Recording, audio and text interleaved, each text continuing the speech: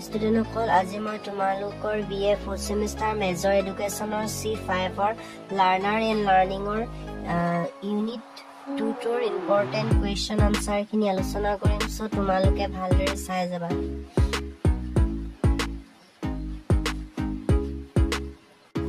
পৰিপক্কতা মানে কি বা পৰিপক্কতা কাক বুলি এইটো এক্সামত আহিব পাৰে। আমি লিখিব লাগিব যে বিকাশ স্বাভাৱিক ৰূপত সংঘটিত হোৱা দেহৰ এক আভ্যন্তৰীণ প্ৰক্ৰিয়াকে দৈহিক পৰিপক্কতা বোলা হয়।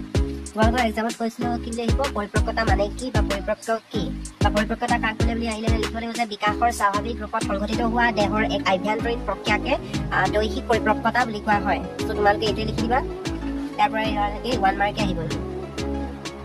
যদি তোমালোকৰ এই কুৱেশ্যনটো 2 মাৰ্ক আহে তেন্তে তোমালোকে এইটো লিখিবা আমেৰিকাৰ মনোবিদ থমছনৰ মতে। ইয়াৰ পৰা লিখিবা থমছনৰ মতে পৰিপক্কতা হৈছে দৈহিক বৃদ্ধি বা বিকাশৰ প্ৰক্ৰিয়াৰ আন এটা নাম যি সময়ত দেহৰ গঠন বা প্ৰক্ৰিয়াৰ সম্পাদন অধিকভাৱে পূৰ্ণতা বা পৰিপক্ক হৈ উঠে। ইয়াৰ পৰা ইয়ালৈকে লিখিবা 2 মাৰ্কৰ আহিলে। যদি 1 মাৰ্কৰ আহে তেন্তে চিম্পলকৈ ইয়াৰ পৰা ইয়ালৈকে লিখিলে হৈ যাব। তোমালোকৰ এক্সামত এনেকৈ আহিব পাৰে যে পৰিপক্কতাৰ সংজ্ঞা দিয়া, তেতিয়া তোমালোকে লিখিবা আৰু সেইটোৱে লিখিবা মই যিটো দেখুৱাই আছিলোঁ পৰিপক্কতা মানে কি বুলি কৈছিলোঁ সেইটোৱে। চ' তোমালোকে এইটো তাত লিখি দিবা আৰু কাক বুলি কৈছিলোঁ সেইটো লিখি দিবা, এই সংজ্ঞাটো তাতে লিখি দিলে হ'ব। তাৰপিছত তোমালোকে লিখিব লাগিব পৰিপক্কতাৰ বৈশিষ্ট্যবোৰ লিখা, এটা ইম্পৰ্টেণ্ট হয়। পৰিপক্কতাৰ সংজ্ঞাৰ ঠাইত তোমালোকে এইখিনি লিখিবা। তাৰপাছত তোমালোকৰ পৰিপক্কতাৰ বৈশিষ্ট্য লিখা বুলি ক'লে তোমালোকে এইখিনি লিখিব লাগিব। পৰিপক্কতাৰ বৈশিষ্ট্য এনে লিখিবা যে পৰিপক্কতাৰ বৈশিষ্ট্যসমূহ তলত উল্লেখ কৰা হ'ল বা পৰিপক্কতাৰ বৈশিষ্ট্যসমূহ হৈছে এনেধৰণৰ বুলি লিখি দিবা। প্ৰথমতে হৈছে বংশগতিৰ ওপৰত নিৰ্ভৰশীল। তোমালোকে মেইনলি পইণ্ট কেইটা মনত থৈ দিলে হৈ যাব। পৰিপক্কতা হৈছে আত্মসীমিত জীৱন চক্ৰ পৰিচালনা কৰা বংশগতিৰ প্ৰভাৱৰ ওপৰত নিৰ্ভৰশীল, অৰ্থাৎ পৰিপক্কতা সদায় বংশগতি বা জীৱাণুকোষৰ ওপৰত নিৰ্ভৰশীল। ই হৈছে ব্যক্তিৰ যোগ্যতা বা দক্ষতাক ব্যাখ্যা কৰা প্ৰক্ৰিয়া। তাৰপাছত 2 নম্বৰ পইণ্টত লিখি দিবা স্বাভাৱিক প্ৰক্ৰিয়া। পৰিপক্কতা শাৰীৰিক দেহৰ সক্ৰিয় আৰু মানসিক পাৰ্থক্য দেহৰ সংক্ৰান্তীয় আৰু মানসিক পাৰ্থক্য আৰু সংহতকৰণৰ স্বাভাৱিক প্ৰক্ৰিয়া, অৰ্থাৎ পৰিপক্কতাৰ এক স্বাভাৱিক আৰু স্বয়ংক্ৰিয় প্ৰক্ৰিয়া। এইটো এনেকৈ লিখি দিবা তোমালোকে। তাৰপাছত 3 নম্বৰ পইণ্টত লিখিবা, তোমালোকে চাই যোৱা, তোমালোকে পাৰিলে মানে স্ক্ৰীনশ্বট লৈ লোৱা। স্ক্ৰীনশ্বট লোৱা হ'ল নহয়। তাৰপাছত তোমালোকে চোৱা 3 নম্বৰ পইণ্টটো বৃদ্ধি আৰু বিকাশ। পৰিপক্কতাৰ শাৰীৰিক বৃদ্ধি আৰু মানসিক বিকাশক বুজায়, যিটো শিকনৰ পূৰ্বে সংঘটিত হোৱাটো অতি আৱশ্যক। ইয়াৰ পৰা এনেকৈ লিখি দিবা, ইমান দীঘলকৈ নিলিখিব পইণ্ট ৱাইজ যিহেতু। তাৰপাছত তোমালোকে 4 নম্বৰ পইণ্টটো লিখিবা বৃদ্ধিৰ পূৰ্ণতা। বৃদ্ধিৰ পূৰ্ণতা হৈছে দৈহিক বৃদ্ধিৰ পূৰ্ণতা প্ৰাপ্ত অৱস্থা। হৈ গ'ল, তোমালোকে ইয়াৰ পৰা এনেকৈ লিখিবা। তাৰপাছত 5 নম্বৰ পইণ্টত লিখিবা বিকাশৰ সুদৃঢ়তা। তোমালোকে লিখিবা যে পৰিপক্কতা মানসিক, শাৰীৰিক, সামাজিক, দৈহিক আৰু আৱেগিক বিকাশৰ সুদৃঢ়তাৰ অৱস্থা। এনেকৈ লিখি দিলে হৈ যাব। তাৰপাছত তোমালোকে 7 নম্বৰ পইণ্টত লিখিব পাৰা আভ্যন্তৰীণ সংশোধন। পৰিপক্কতাৰ ব্যক্তিৰ আভ্যন্তৰীণ বা আন্তৰিক সংশোধন জন্মগত পৰিপক্কতা আৰু ক্ষমতাৰ বিকাশ সাধনৰ প্ৰক্ৰিয়া। এনেকৈ পইণ্ট ৱাইজত লিখি ল'বা। স্ক্ৰীনশ্বট মাৰি লোৱা এইখিনি। স্ক্ৰীনশ্বট মৰা হ'লে তাৰপাছত চাই চোৱা শিকনৰ কাৰক। পৰিপক্কতা শিকন অতি আৱশ্যকীয় কাৰক। ই শিকনৰ আধাৰ স্বৰূপ আৰু শিকনেই হৈছে ব্যক্তিৰ বিকাশক সম্পূৰ্ণ কৰাৰ একমাত্ৰ উৎস। 8 নম্বৰ পইণ্টটো চোৱা শিকনৰ কৌশলৰ বাবে আৱশ্যকীয়। শাৰীৰিক আৰু মানসিক বিকাশ তথা শিকন কৌশলৰ উন্নয়নৰ বাবে পৰিপক্কতাৰ আৱশ্যক। যিকোনো কামৰ দক্ষতা বৃদ্ধিৰ ক্ষেত্ৰত শাৰীৰিক আৰু মানসিক স্ক্ৰীনশ্বট মাৰি লোৱা এইখিনি পৰিপক্কতাইহে সহায় কৰিব পাৰে। তেনেকৈ লিখিলা। তাৰপিছত 9 নম্বৰ পইণ্টত লিখিবা পৰিপক্কতা আৰু সামাজিক উপযুক্ততা। শিকন আৰু পৰিপক্ক আচৰণৰ বিকাশ সাধনৰ নিৰ্ভৰ কৰে শিকাৰু আৰু শিক্ষাৰ্থী তথা ব্যক্তিৰ শাৰীৰিক সুস্থতা আৰু শাৰীৰিক উপযুক্ততাৰ ওপৰত। এনেকৈ ইয়াৰ পৰা এনেকৈ লিখিবা, বেছি লংকৈ নিলিখি ল'ব। তাৰপিছত তোমালোকে 10 নম্বৰ পইণ্টত লিখিব পাৰা পৰিপক্কতাৰ পূৰ্বে প্ৰশিক্ষণৰ অৰ্থহীন। যিকোনো কাম শিকিবৰ বাবে পৰিপক্কতাৰ প্ৰয়োজন। দেহ মানসিকভাৱে পৰিপক্ক হ'লেহে যিকোনো শিকিব পাৰি। গতিকে ব্যক্তি দৈহিক আৰু মানসিকভাৱে পৰিপক্ক হোৱাৰ পূৰ্বে প্ৰশিক্ষণ প্ৰদান কৰাটো অৰ্থহীন আৰু ব্যৰ্থ প্ৰচেষ্টাহে হ'ব। সেয়েহে কিবা এটা দিশ বা বিষয়ৰ ইয়ালৈকে লিখিলে হৈ যাব। বেছি লংকৈ লিখিব নালাগে। 10টা তোমালোকে পইণ্টত লিখি দিবা। হৈ গ'ল নহয়, এইটো বুজি পালা? যিসকল ষ্টুডেণ্টে এতিয়ালৈকে কিতাপ কিনা নাই তেওঁলোকে কোনো ধৰণৰ চিন্তা কৰিব নালাগে। মোৰ এই ইউটিউব চেনেলটো ছাবস্ক্ৰাইব কৰি দিলেই হ'ব। তোমালোকে এনেকুৱা ধৰণৰ ভিডিঅ' পাই থাকিবা। যিসকলৰ কিতাপ আছে তেওঁলোকে ভালদৰে চাই যাবা আৰু নিজৰ কিতাপখনত আণ্ডাৰলাইন কৰি যাবা আৰু ইম্পৰ্টেণ্ট কুৱেশ্যনখিনি ভালদৰে চাই যাবা। আৰু যিসকলৰ নাই তেওঁলোকে নিজৰ বহীত নোট কৰি ল'বা আৰু স্ক্ৰীনশ্বট ভালদৰে মাৰি ল'বা।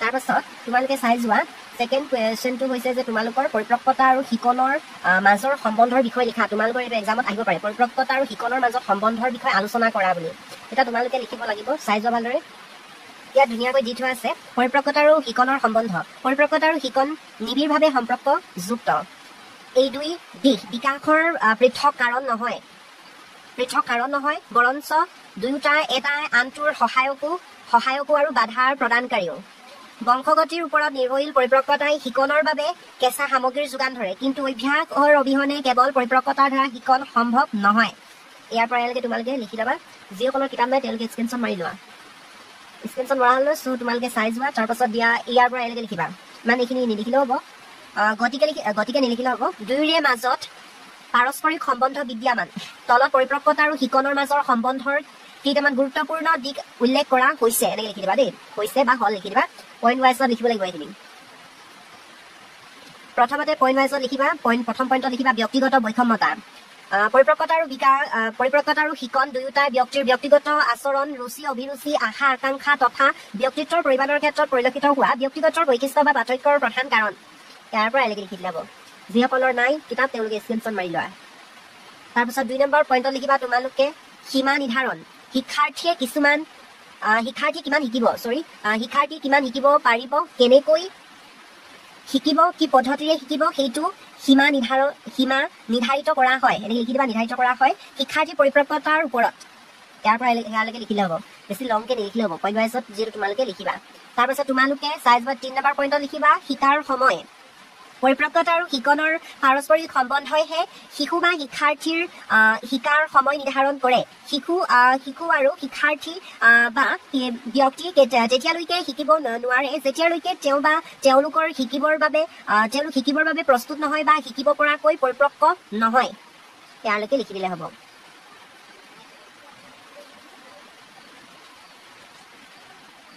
তাৰপাছত তোমালোকে নিজৰ ভাষাৰে লিখি দিবা যে পৰিপক্কতা তথা বিকাশশীল তাৎপৰ্যই হৈছে শিকাৰ কাৰ্যৰ আৰম্ভ কৰাৰ প্ৰকৃত সময় এনে লিখি দিবা তাৰপাছত তোমালোকে লিখিব পাৰা যিকোনো শিশু বা পশুৰ বিকাশশীল অৱস্থাৰ পৰিপক্কতা লাভৰ পূৰ্বে শিকাবলৈ যত্ন কৰিলে সিহঁতৰ বেয়া অভ্যাস গঠন কৰাৰ কাৰণ হ'ব পাৰে বা একো নিশিকোৱাৰ দৰে হ'ব পাৰে বা সেইবোৰ ভৱিষ্যত জীৱনৰ বাবে বাধা বা বিফলতাৰ কাৰণ হৈ উঠিব পাৰে এইটো লিখিবা দেই কৃত নামৰ মনোবিজ্ঞানীজনে বা মনোবিদজনে উল্লেখ কৰিছিল যে এনেকৈ লিখি দিবা ইয়াৰ পৰা এনেকৈ লিখি দিবা তোমালোকে এই মই তোমালোকক বুজাই দিম যিসকল শিশু বা পশুৰ বিকাশশীল অৱস্থা পূৰ্বেই শিকাবলৈ যত্ন কৰিলে সিহঁতৰ বেয়া অভ্যাস গঠন কৰাৰ কাৰণ হ'ব পাৰে কৈছে যে যিসকল শিশুৱে পূৰ্বেই শিকাবলৈ যত্ন কৰিলে বা তেওঁলোকক আগতীয়াকৈ শিকাবলৈ যত্ন কৰিলে সিহঁতে বেয়া অভ্যাসৰ গঠনৰ কাৰণ হ'ব পাৰে কোনো নিশিকোৱাৰ দৰে মানে শিকালেও সেই অভ্যাসসমূহ নিশিকোৱাৰ দৰে হ'ব আৰু ভৱিষ্যতৰ জীৱনৰ বাবে বাধা বা বিফলতাৰ কাৰণ হৈ পৰিব উদাহৰণস্বৰূপে শিশুৰ স্বাভাৱিক কণ্ঠস্তৰ পৰিণত হোৱাৰ পূৰ্বে পঢ়িবলৈ শিকোৱাৰ ফলত পঢ়াৰ প্ৰতি শিশুৰ মনত বিৰূপ বা অভিৰুচি বোধৰ ভাৱ জাগ্ৰত হোৱাৰ সম্ভাৱনা বেছি থাকে তোমালোকে লিখি দিবা তাৰপিছত গতিকে এই কথা স্পষ্টভাৱে ক'ব পাৰি যে পৰিপক্কতা আৰু শিকন এটা মুদ্ৰাৰ দুটা পিঠিৰ দৰে অৰ্থাৎ এই দুটাৰ ইটোৱে সিটোৰ লগত সম্পৰ্ক হৈ আছে এনেদৰে তোমালোকে লিখি দিব পাৰা তাৰপাছত লিখিবা যে দুয়োটাৰ মাজত এক এৰাব নোৱাৰা ওতঃপ্ৰোত সম্বন্ধ জড়িত হৈ আছে এইখিনি তোমালোকে পঢ়ি ল'বা নিজে আৰু নিজে বুজি কিনে লিখিবা তেতিয়া ভাল হয় মানে মনত থাকে তোমালোকৰ এক্সামত আহিব পাৰে মনোযোগ কাক বোলে আৰু এটা কুৱেশ্যন আছে এইটো এটা চাই লোৱা মনোযোগ কাক বোলে তাৰপিছত ইয়াৰ বৈশিষ্ট্যবোৰ উল্লেখ কৰা বৈশিষ্ট্যসমূহ তোমালোকৰ এক্সামত আহিব পাৰে তোমালোকে বৈশিষ্ট্যবোৰ পইণ্ট ৱাইজত লিখিব লাগিব চ' তোমালোকে জানাই নিশ্চয় যে পইণ্ট ৱাইজত লিখিলে নম্বৰ পোৱা যায় কেতিয়াবা এনেদৰেও অহা দেখা যায় যে মনোযোগৰ সংজ্ঞা দিয়া বা মনোযোগৰ অৰ্থ লিখা যেতিয়া তুমি অৰ্থ লিখা বুলি ক'লে তোমালোকে লিখিব লাগিব যে মনোযোগ হৈছে এক মানসিক শক্তি বা প্ৰক্ৰিয়া যাৰ সহায়ত বহু বিষয় বা বহু উদ্দীপকৰ মাজৰ পৰা এটা বিশেষ নিৰ্বাচিত বিষয় বা নিৰ্বাচিত উদ্দীপকৰ প্ৰতি আমি সঁহাৰি জনাওঁ অৰ্থাৎ কোনো নিৰ্বাচিত বিষয় বা উদ্দীপক আমাৰ চেতনাৰ কেন্দ্ৰৰ স্থলত স্থাপন কৰাকে মনোযোগ বোলা হয় ইয়াৰ পৰা লিখিলে তোমালোকে 2 মাৰ্ক পাবা অকণমান 2 মাৰ্কৰ কাৰণে আৰু নিজৰ শব্দ বা নিজৰ ভাষা শৈলী ব্যৱহাৰ কৰিবা ইজি শব্দ চ' তোমালোকে 1 মাৰ্কৰ কাৰণে এইটো লিখিবা মনোযোগ কাক বুলি ক'লে মানে আৰু সংজ্ঞা লিখিব লাগিব এইখিনি এইফালে সংজ্ঞাখিনি দি থোৱা আছে মনোবিদসকলে আগবঢ়োৱা সংজ্ঞাখিনি তোমালোকে এইখিনি স্ক্ৰীনশ্বট মাৰি লোৱা ভালকৈ, এইটো ইম্পৰ্টেণ্ট মানে মাৰিলা নহয়। তাৰপাছত এইখিনি চাই যোৱা মনোবিদসকলে আগবঢ়োৱা সংজ্ঞাখিনি, এইখিনি স্ক্ৰীনশ্বট মাৰি লোৱা হ'ল নহয়, স্ক্ৰীনশ্বট মৰা। এতিয়া তোমালোকৰ প্ৰশ্নটো কি আছিলে, মনোযোগ কাক বোলে?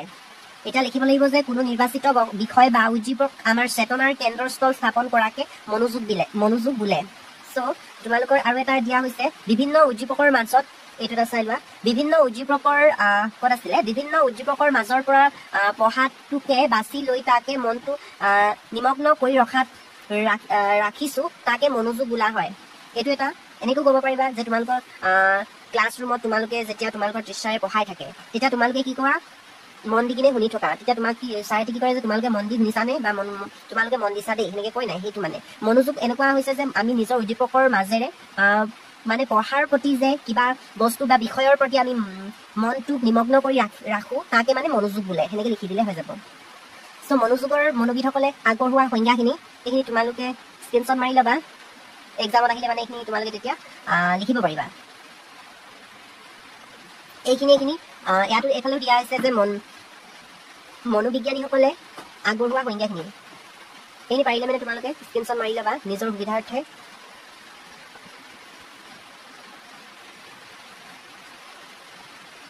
তাৰপাছত এইফালে দিয়া হৈছে মনোযোগৰ বৈশিষ্ট্য, ইয়াত দেখিছা নহয় পইণ্ট ৱাইজত আছে। চ' তোমালোকে এক্সামতো পইণ্ট ৱাইজতে লিখিবা,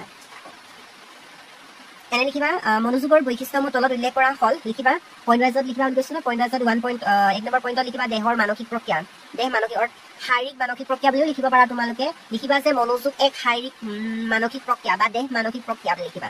মানুহৰ দৈহিক বা মানুহৰ শাৰীৰিক সুস্থতা আৰু মানসিক সচেতনতাৰ ওপৰত মনোযোগ নিৰ্ভৰশীল, এইটো লিখিবা। তাৰপাছত তোমালোকে 2 নম্বৰ পইণ্টত লিখিবা মনোযোগ বাছনি ধৰ্মী, পৰিৱেশৰ বিভিন্ন উদ্দীপকৰ মাজৰ পৰা আটাইতকৈ গুৰুত্বপূৰ্ণ আৰু সবল উদ্দীপকটো নিৰ্বাচন কৰি তাৰ প্ৰতি মনোযোগ কৰাই হৈছে মনোযোগৰ এক মুখ্য বৈশিষ্ট্য।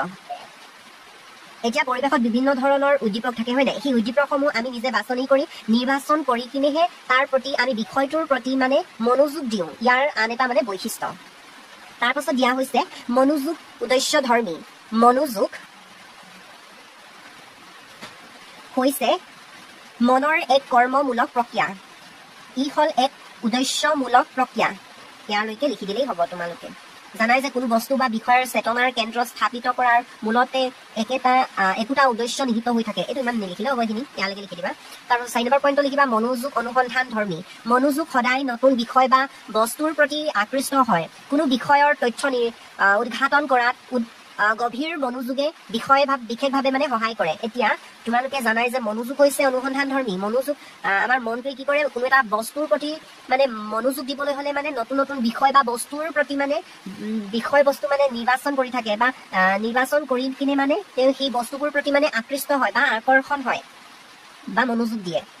তাৰপাছতে তোমালোকে 5 নম্বৰ লিখিবা মনোযোগ গতিশীল, স্থিতিশীল নহয়, মনোযোগ এটা বিষয় বা এটা ভাৱৰ পৰা এটা বস্তু বা আন এটা ভাৱলৈ সঞ্চাৰিত হৈ থাকে, সেয়েহে অশেষ চেষ্টা কৰিলেও কেৱল এটা বিষয় বা ভাৱৰ ওপৰত অধিক সময় মনোযোগ ধৰি ৰাখিব নোৱাৰি। মনোযোগ সদায় গতিশীল হয় নাই, মনোযোগ হৈছে সদায় গতিশীল, একেটা বস্তুৰ প্ৰতি মানে বা একেটা বিষয়ৰ প্ৰতি মানে মনোযোগ দিব নোৱাৰি, সদায় মানে আমাৰ মনটো চঞ্চল হৈ থাকে, এটা বস্তুৰ প্ৰতি মানে মনোযোগ দি থকাটো অসন্তুষ্টি হয় আমাৰ হয় নাই। তাৰপাছত 6 নম্বৰ পইণ্টত তোমালোকে লিখিবা ইতিবাচক বা ইতিবাচক আৰু নেতিবাচক দিশ। এতিয়া মনোযোগৰ দুটা দিশ থাকে, এটা ইতিবাচক আনটো হৈছে নেতিবাচক।